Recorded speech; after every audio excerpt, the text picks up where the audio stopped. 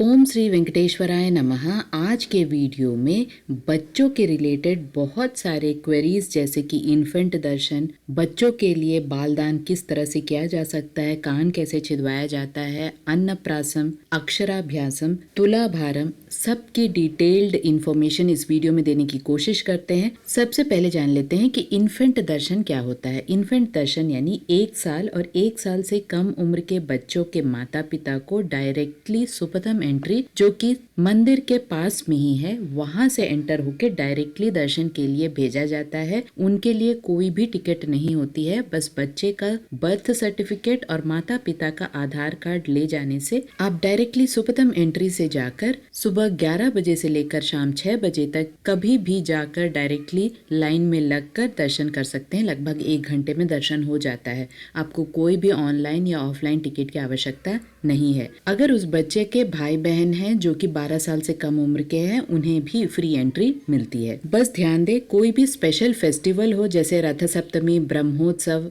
वैकुंठ एकादशी, इस तरह के कुछ मेजर फेस्टिवल्स होते हैं जहां पर ये प्रिविलेज्ड दर्शन कैंसिल हो जाते हैं, तो आपको पहले ही डेट्स को ध्यान में रखना है। कॉल सेंटर में कॉल करके ही अपनी प्लानिंग करनी है। इसके साथ साथ बहुत सारे भक्त मन्नत मांगते हैं कि भगवान बालाजी के समक्ष वे अपने बच्चों की शुरुआती बहुत ही जरूरी और महत्वपूर्ण कार्यों को उनके समक्ष करें, जैसे कि पहला अक्षर लिखवाना, बच्चों को पहला निवाला खिलाना, बच्चों के पहले बाल को भगवान के आगे समर्पित कर देना, बच्चों का जितना भी भार हो उस भार उतना धन या प्रसाद भगवान को समर्पित करना। ये सारी चीजें बहुत सारे भक्त बच्चों के पैदा होने के पहले भी मन्नत मांगते हैं और कुछ भक्त बच्चों के पैदा होने के बाद मन्नत मांगते हैं। तो आज हम इस वीडियो में इन सारी प्रोसेस को डिटेल में समझने की कोशिश करेंगे। बहुत ही आसान प्रोसेस है। तिरुमला में जाकर आप इन सारी चीजों को एक एक करके करा सकते हैं। पूरे पद्धति को बहुत ही कम समय में पूरे डिटेल्स के साथ जानेंगे, तो अंत तक बने रहें। और अगर आपको ये वीडियो अच्छा लगे तो लाइक, शेयर एंड सब्सक्राइब जरूर करें। तिरुमला में भगवान बालाजी को बालों का दान देते हैं, साथ ही पैसों का भी दान देते हैं। लेकिन ऐसा भी एक दान है जो बहुत ही सर्वश्रेष्ठ माना जाता है और इस दान को तुलाभारम कहा जाता है। तुला यानी संस्कृत में बैलेंस।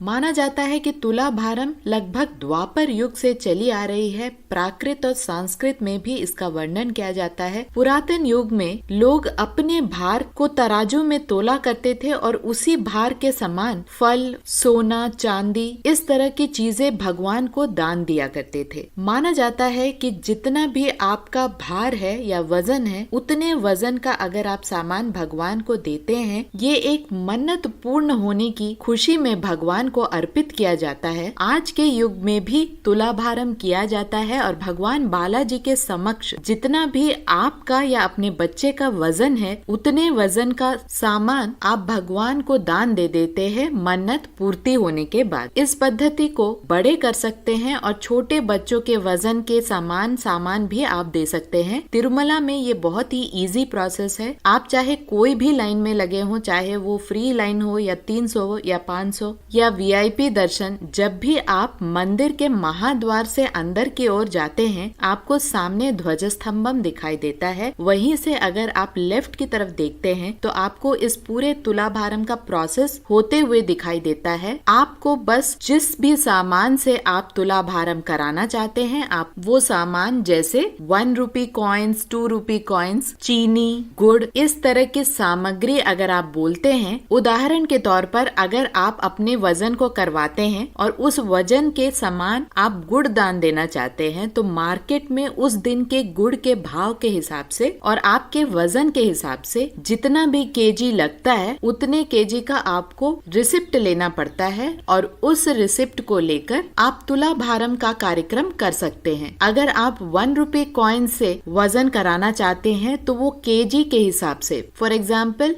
1 रुपी कॉइन 1 केजी के हिसाब से 200 रुपए पड़ता है। टीटीडी की तरफ से ये कुछ गाइडलाइंस है जो उनके हिसाब से किए जाते हैं। तो इस तरह आप तुलाभारम करा के उसके बाद फिर से लाइन में ज्वाइन होकर भगवान के दर्शन कर सकते हैं। तुलाभारम के बाद ही आप भगवान बालाजी के दर्शन कर सकते हैं। इसमें कोई भी प्रॉब्लम नहीं होगी। आप जिस भी लाइन से बाहर निकले थे उसी लाइन में आप फिर से ज्वाइन हो सकते हैं। तो ये था तुलाभारम, जो बाल दान के बाद सबसे ज्यादा किया जाता है तिरुमला में, भगवान को जो सबसे ज्यादा दान दिया जाता है। अब क्वेश्चन ये भी है कि पैसा को भी तो दान दिया जाता है, पैसा दिया जाता है, ऑर्नामेंट्स या गहने को भी दान दिया जाता है, लेकिन जो चीज आप अपने तरफ से देते हैं, एज अ ह्यूमन आप देते हैं भगवान को, आप अपनी प्यारी चीज जो आपसे कनेक्टेड है, जैसे बाल या आपका वजन, तो ये दोनों चीजों में अंतर है। इसीलिए जो भी आपसे कनेक्टेड है, जैसे कि बाल और वजन, इन दानों को बाकी दानों से अलग माना जाता है। बहुत सारे भक्त छोटे बच्चों के लिए कान छिदवाने के प्रोसेस को, मुंडन के प्रोसेस को और अक्षराभ्यासम, ये तीनों प्रोसेस के बारे में भी पूछ रहे थे। सबसे पहले ये हम बता दें कि 12 साल से छोटे बच्चों का कोई भी टिकट नहीं होता, आप आराम से कोई भी दर्शन लाइन में लगकर आप दर्शन कर सकते हैं। अब चलते हैं दूसरे सेगमेंट की ओर। अगर आप अपने बच्चे का मुंडन कराना चाहते हैं, यानी कि बाल दान देना चाहते हैं, सबसे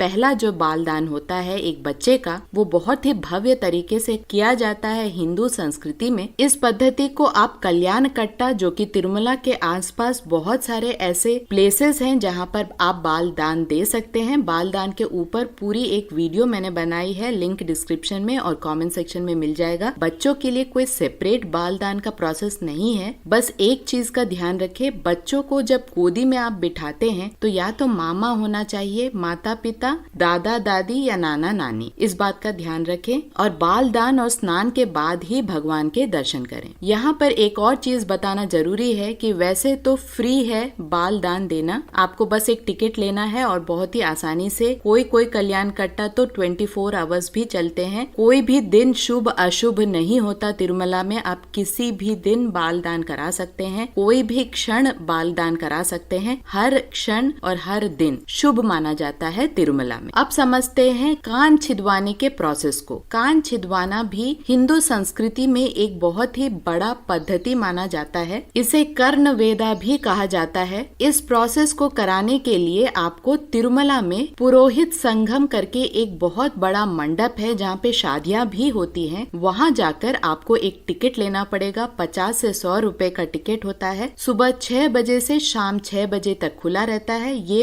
पाप विनाशनम के रोड पे पास में ही स्थित है। आप तिरुमला जाकर किसी से भी पूछ ले, फ्री बसेस भी वहाँ तक आती हैं, प्राइवेट व्हीकल्स भी आपको बहुत आसानी से वहाँ तक छोड़ देते हैं। बस टाइमिंग का याद रखें, सुबह 6 से शाम 6 बजे तक। आपको बस टिकट का पैसा देना है और वहाँ जो भी आपके संस्कृति में सामान को लिया जाता है उस सामान को आप ले, जैसे कि फल, स्वीट्स, अक्षित, इस तरह के जो भी सामान आपके संस्कृति में कान छिदवाने के समय किया जाता है आप उसे ले जाएं। और जैसे ही कान छिदवाया जाता है, बच्चे को स्नान करवा के उसके बाद भगवान बालाजी के दर्शन के लिए ले जा सकते हैं। तो सबसे पहले ये पूरा प्रोसेस कर ले, उसके बाद दर्शन के लिए जाएं। यहाँ एक बात ध्यान देने वाली है कि गन शॉट टेक्निक तिरुमला में उपलब्ध नहीं है। ये सिर्फ ट्रेडिशनल वे में ही कानों को छिदवाते हैं। ये टेक्निक सिर्फ आपको तिरुपति में मिल जाएगी, लेकिन तिरुमला में गन शॉट टेक्निक से कानों को छिदवाया नहीं जाता। अब चलते हैं अक्षराभ्यासम की ओर। अक्षराभ्यासम यानी विद्या आरंभम भी कहा जाता है। बहुत सारे भक्त अपने बच्चों के एजुकेशन से पहले भगवान बालाजी के समक्ष एक छोटी सी पूजा करवाते हैं। बहुत सारे संस्कृति में माँ सरस्वती के आगे भी पूजा होती है। ये डिपेंड करता है कि आप कौन सा मन्नत मांगते हैं। बहुत सारे भक्त जो मन्नत मांगते हैं बालाजी भगवान के समक्ष में अक्षराभ्यासम किया जाए, यानी फर्स्ट लेटर को